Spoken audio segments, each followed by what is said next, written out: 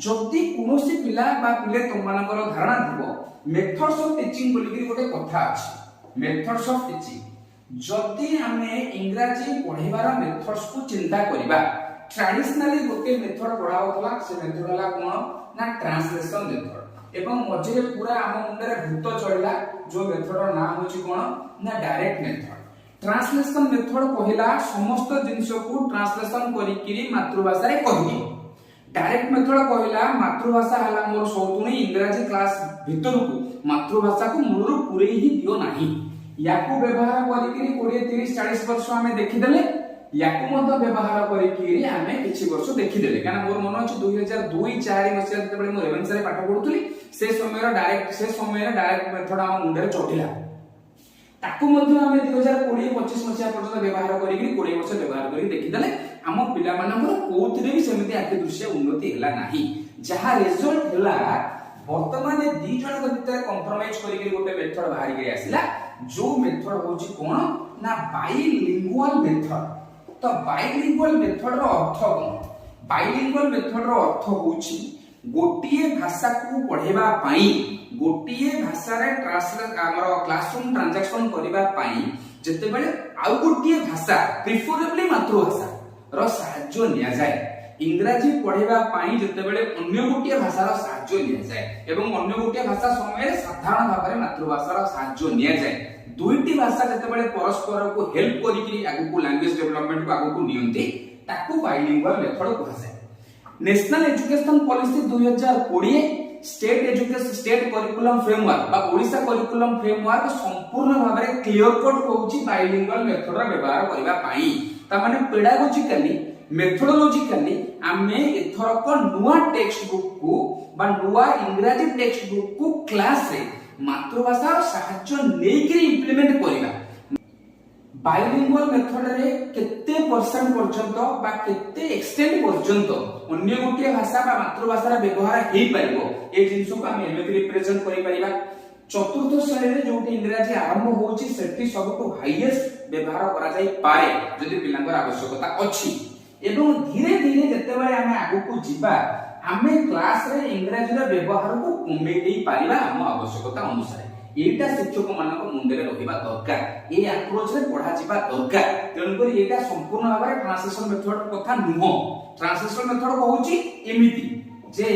एठी जति कोडिया यूज करिवो एठी भी सति कोडिया यूज करिवो सब जिंस को ट्रांसलेशन पके के भाग कर दियो बाइलिंगुअल मेथड सति कहूनी तमे मातृभाषा रा सहाय्य नेबो मातृभाषा रा पिठी ऊपर इंग्रजी की बसै देबो मातृभाषा रा सहाय्य नेकरी इंग्रजी को आगु को नबो धीरे धीरे मातृभाषा को कम करिवो क्लासरूम विथड्रॉ करिवो तो लुक एट हियर जदि एई प्रोसेस रे हमें पढिबा ताहाले दशम श्रेणी बेले को संपूर्ण मातृभाषा क्लासरूम बाहरी गले हम पिला इंग्रजी बुझिबे जदि एई कॉन्टेक्स्ट रे कुहा जाय ताले गोटे इंग्रजी रो विषय परे जदि मातृभाषा रे गोटे पोएम दे दिया जाय छी बाइलिंगुअल इफेक्ट क्रिएट करिबा पई फुनी इंटरेस्टिंग कथा होची जो पोएम टा दिया जायछि से पोएम टा संपूर्ण भाबरे थीम वाइज मेन लेसन सहित पूरा रिलेटेड मेन लेसन सहित रिलेट थिबा गोटे पोएम जते बेले ओडिया रे दे दिया गला ये पेडागोजिकली कोनोसी भी माने असुविधा क्रिएट कला नाही जेमति कि तुमको पहिले कहिछि लिटरेचर रे गोटे गुरुत्वपूर्ण जिंस होछि लिटरेरी एप्रिसिएशन हेले पिला मानकर लिटरेरी एबिलिटी बढ़िबो रीडिंग फॉर प्लेजर बोले कि मध्य कहछि इमोशनल एप्रिसिएशन बोले कि मध्य गोटे लैंग्वेज ऑफ लिटरेचर टीचिंग रे कथा कुहा जाय जे तमे जो जिंस दिए जायछि प्रोज हो पोएट्री हो ड्रामा हो नोवेल हो शॉर्ट स्टोरी हो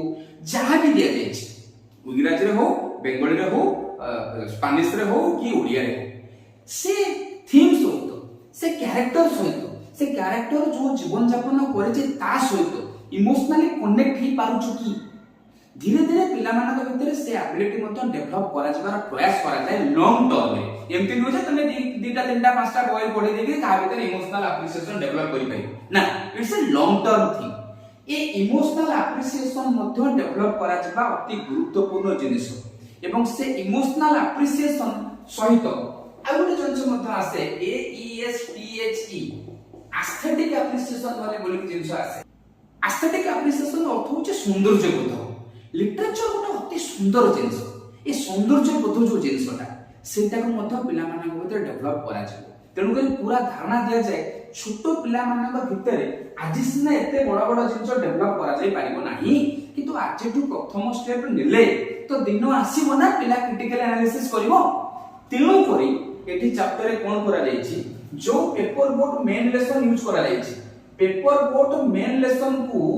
एक्सपेक्ट करा जाउछि क्रिटिकली एनालिसिस करा जाय तमे कहबो सर इज इट पॉसिबल जे गोटे षष्ठ श्रेणी चतुर्थ श्रेणी रो पिला क्रिटिकल एनालिसिस करिवो नाही चतुर्थ श्रेणी पिला पाई क्रिटिकली एनालिसिस करिबाटा पॉसिबल नुहे मु कहूची इंटेंशन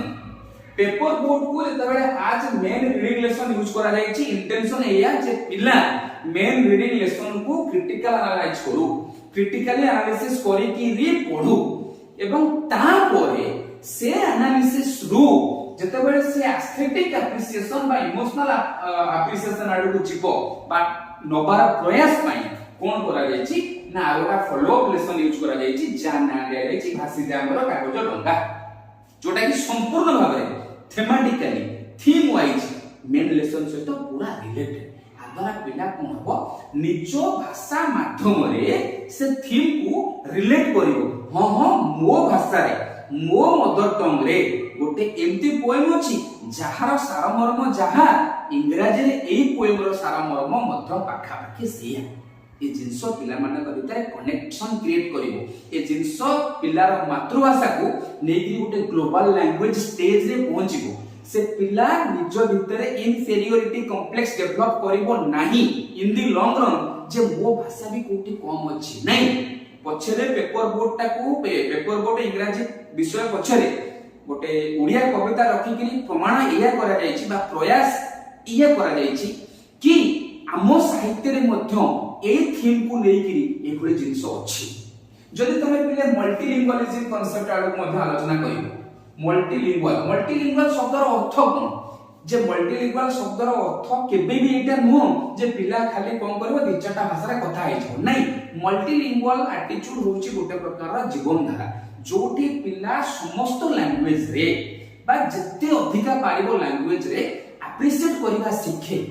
ये मल्टीलिंगुअल कांसेप्ट गोटे भाषा को आउ गोटे भाषा सहित थेमाटिकली जोड़ा जायछि इंग्रजी भाषा रो गोटे कंटेंट को ओडिया भाषा रो गोटे कंटेंट सहित जोड़ी के थीम को रिलेट करिकि नेशनल एजुकेशन पॉलिसी 2020 रे कहा जायथिबा मल्टीलिंगुअल एस्पेक्ट को एड्रेस करा जायछि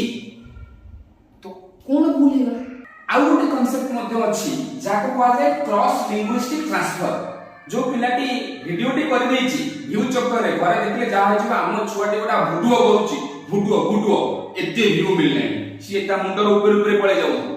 क्रॉस लिंग्विस्टिक ट्रांसफर बोली कि मध्ये गोटे जिंस अछि जते बेले कोनोसी गोटे भाषा रे गोटे पिला गोटे कांसेप्ट पढुछि एवं से कांसेप्ट को नेकिरे निज मातृभाषा बा आउ गोटे भाषा